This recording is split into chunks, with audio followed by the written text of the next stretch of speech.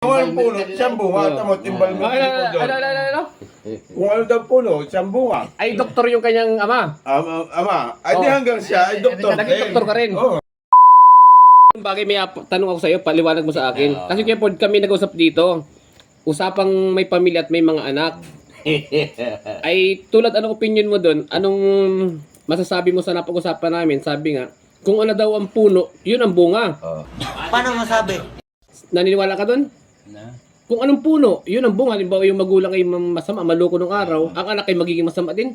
Nasa pagpapalaki yun ano, nasa pagdisiplina. Maniwala ko sa kayo na. Hindi ka naniniwala doon? Bagay, si tatay mo ay, Oo. si tatay mo bagay yung balmer. Oo. Sadya.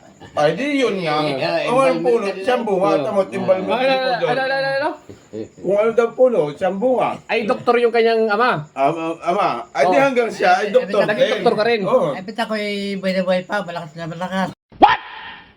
Hindi. Ang ibig sabihin, doktor si tatay mo. Naging doktor ka, minana mo rin yun.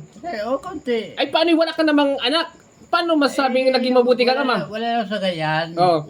Pero hindi ka man naging mabuting ama kasi wala kang anak. Pero mabuti ka naman tao sa paningin namin, ano? Sadya. Wala ka naman inargabyado sa amin, ano? Oh, pag may pera ka, napainom mo naman kami, ano? Konti lang naman. Pag natama ka sa waiting, kami nataguan mo. Sadya naman. Ha? Ano? Sadya? Ano?